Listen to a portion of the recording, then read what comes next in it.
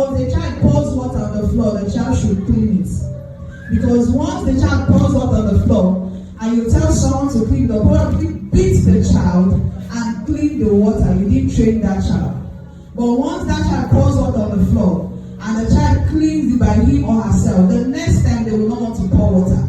Or the next time they pour water, they will rush and go and bring rag. Once you see a child that responds to ability, you've just seen a child that was taught to take responsibility. So as a parent, you must teach your child or children to take responsibility. The next is that you must teach your child about emotions control.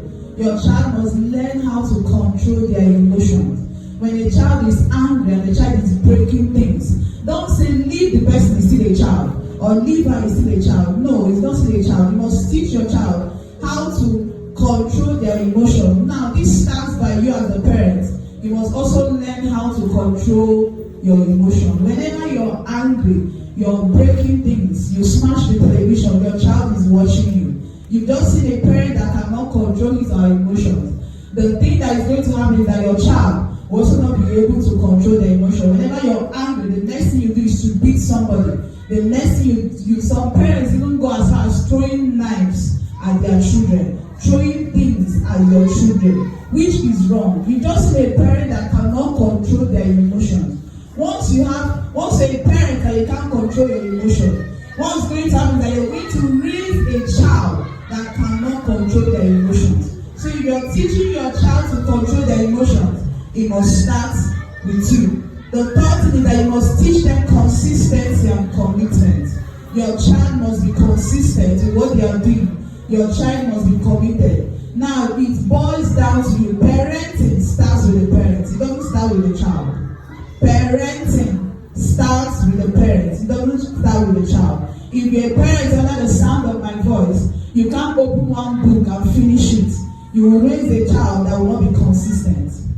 If you're someone that starts something and you don't finish it, your child is watching you. The next thing that you're going to raise a child that won't be committed, and that child will not be consistent. So if you want to raise a child that will be committed and consistent, that's why so many marriages are breaking.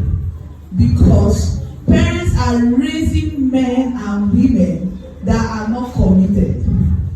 Parents are raising men and women that cannot be consistent. Once they walk into the marriage and something happens, the next thing they are thinking is to run away. That's the same thing that happens to your child. They can't finish a thing. They can't be committed to it. You must train your child to be consistent and be committed. The fourth thing is that you must train your child. You must teach them skills. Skills is not just learning how to bake or maybe learning carpentry. Skills is not learning how to sew. It's not just about learning how to sew. You must teach your child problem-solving skills. If not, one day someone will break your child's heart and they will commit suicide. Now it starts with the parents. You must teach your child. They said a child must have adversity quotient. Children that have adversity quotient thrive more than children that have high IQ. You know what high IQ is? They have intelligence quotient. A child that has high adversity quotient thrive more than a child that has high intelligence quotient. Because you must teach that child problem-solving skills. Don't always try to bail your child out. What do I mean? A child is trying to lift this thing, and you as the parents know that they can lift it. Once you know that they can lift it, no matter how hard they try, if it's going to take them 30 minutes to lift it, allow them to lift it. Once you lift it for them, you've just done something that they don't even know what to do in the midst of trouble. Have you understand what I'm saying? So a lot of parents try to bail their child out. If your child does something in school and they give your child suspension, don't go back to school and beg the school, please, don't give my child suspension because of what they did. I'm going to flog them and bring them back. No, you're not helping your child.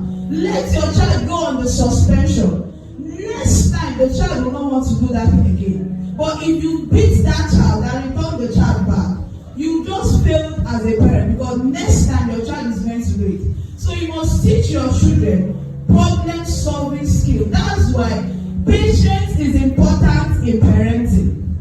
Patience is very important in parenting. Don't say she can't do it, he can't do it. Once your children are always doing things, it builds their confidence. It builds their confidence. How do I know? I'm a mother, will tell you. Each time Amanda is able to accomplish something, she's always excited. Now that is building your child's confidence.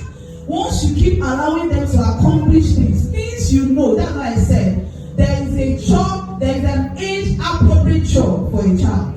Even a 2-year-old child, a 4-year-old child, a 5-year-old child, there is an age appropriate job for a child. Once you teach them to accomplish things, to do things on their own, it builds their confidence. Amen. So you must teach your children problem solving skills. Very important. This one, they don't teach it in school.